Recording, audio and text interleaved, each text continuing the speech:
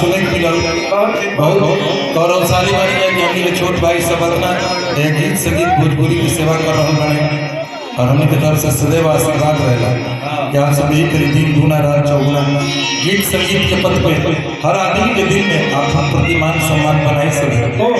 अपन गुरु घराने यही करी नाम रोशन करिए और एशिया महादेश के रो भारत वर्ष संसानिया प्रदेश प्रभु हम तो रवि रंजन भैया के बारे में कहने कि एशिया महादेश नहीं कैसे बढ़िया बोले वाला ये लिखे हमार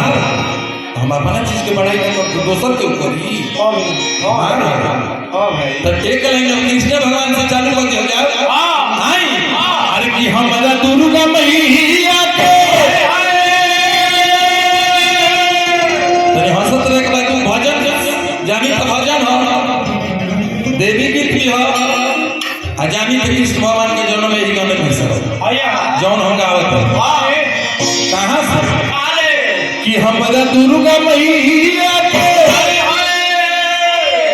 और की महिमा महान हो जहां जाने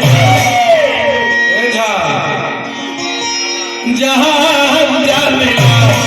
कैसे कैसे कैसे जाने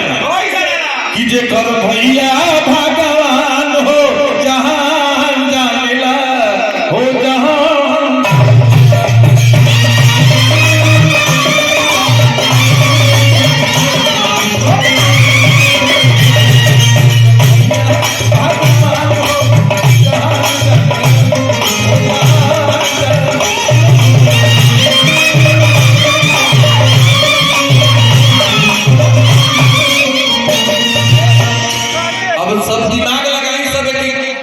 हमारा दुर्गा मैया के महिमा महान जहान जानेला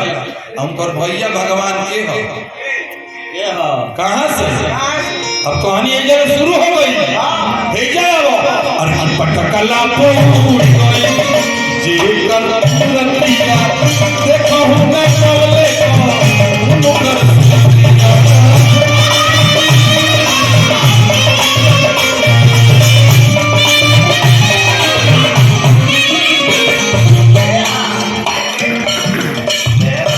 बहुत बहुत आशीर्वाद और अपना सम्मान मिले हृदय गदगद भैया लोगों के प्यार दुलार बार बार सम्मान हजारों हजार रुपये का आशीर्वाद स्वागत करता